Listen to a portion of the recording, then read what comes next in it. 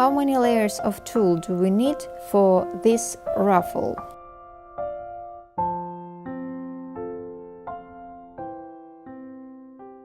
How many layers of tulle do we need for this ruffle? For a ruffle like this. So it's the first layer and one layer ruffle. But for a result like this, we need 6 layers of ruffle. We need to sew it together, one by one.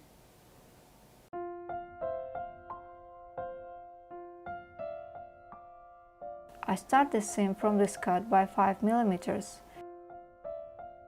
If you start sewing from the cut, that it will be pulled inside the machine. I use the maximum thread tension, tension number 9. This screw pressed the foot.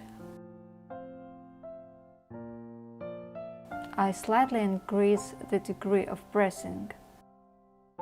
Stitch width 4 millimeters. This is a satin stitch foot. That's all what you need. Now you can sew.